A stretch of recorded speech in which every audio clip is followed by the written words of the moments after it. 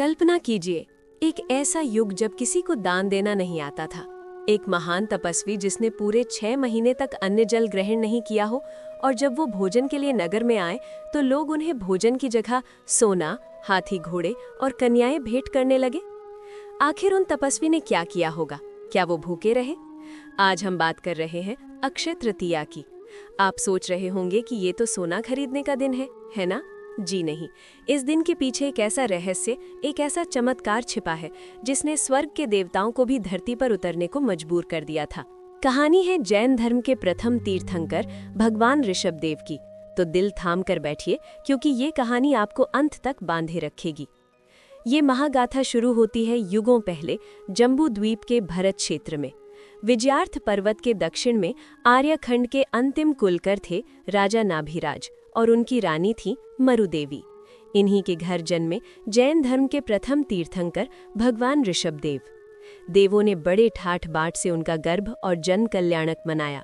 सब कुछ अद्भुत था, लेकिन जब भगवान ने राजपाट त्याग कर दीक्षा ली तो एक बहुत बड़ा संकट खड़ा हो गया। दीक्षा के बाद भगवान ने 6 महीने तक घोर तपस्या की, और जब वो पारणा मीन्स आहार के लिए नगरों में गए तो जनता और राजाओं को पता ही नहीं था कि एक दिगंबर मुनि को आहार कैसे दिया जाता है। कोई धन लाया, कोई सवारी। भगवान ने इसे अंतराय माना और चुपचाप वापस वन में लौट गए, और फिर से 6 महीने की तपस्या में लीन हो गए। सोचिए, पूरे 1 साल का उपवास। भगवान ऋषभदेव ईर्यापथ शुद्धि मीन्स सावधानी से चलते हुए कुरु जांगल देश के हस्तिनापुर पधारे। यहाँ राज करते थे राजा सोमप्रभ। उनके एक छोटे भाई थे राजा श्रेयांस, जो साक्षात स्वर्ग से अवतार लेकर आए थे। तभी एक रात सुबह होने से ठीक पहले राजा श्रेयांस ने 8 बेहद रहस्यमयी सपने देखे। एक भव्य मंदिर, कल्प वृक्ष, गरजता हुआ सिंह, वृषभ, चमकता चंद्रमा, सूर्य, हिलोरे मारता समुद्र और पवित्र अग्नि।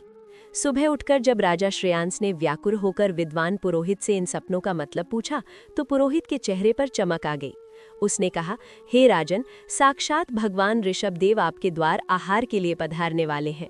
और फिर वो ऐतिहासिक पल आ गया। भगवान ऋषभदेव आहार के लिए राजमहल के सामने पधारे।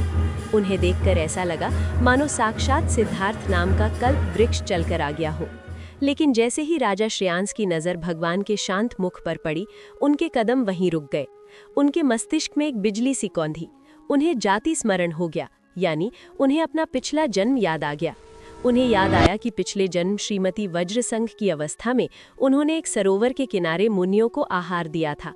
बस जिस आहार दान की विधि पूरी दुनिया भूल चुकी थी, वो राजा श्रेयांस को याद आ गई। अब एक पल की भी देरी नहीं की गई।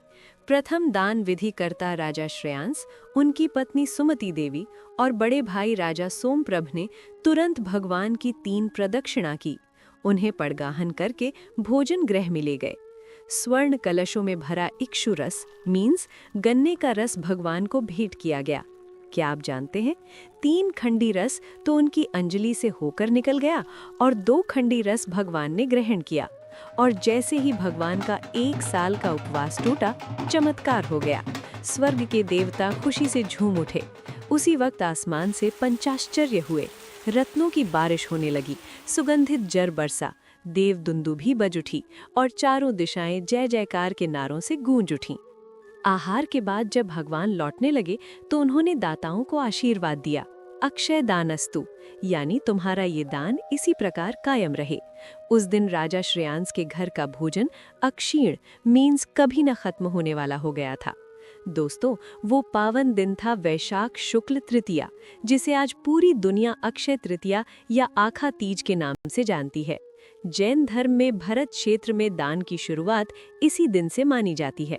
ऐसी मान्यता है कि मुनि को आहार देने वाला इसी जन्म या तीसरे जन्म में मोक्ष जरूर प्राप्त करता है। इसलिए आज भी हिंदू और जैन धर्म में ये दिन इतना शुभ माना जाता है कि बिना मुहूर्त निकाले शुभ कार्य किए जाते हैं। आज भी हस्तिनापुर में इस दिन विशाल आयोजन होता है, जहां श्रद्धालु व्रत रखकर अपनी आस्था प्रकट करते हैं। तो अब आप जान गए होंगे कि अक्षय तृतीया सिर्फ बाजार से सोना लाने का दिन नहीं है, बल्कि ये दिन है राजा श्रेयांस की उस भक्ति का जिसने 1 साल से भूखे भगवान की तपस्या को पूर्ण किया। अगर इस महाकथा ने आपके दिल को छुआ है तो कमेंट्स में जय जिनेंद्र या जय आदिनाथ जरूर लिखें। इस वीडियो को इतना शेयर करें कि हर भारतीय को अक्षय तृतीया का ये गौरवशाली इतिहास पता चले। चैनल को सब्सक्राइब करें। मिलते हैं अगली ऐसी ही अद्भुत कहानी के साथ।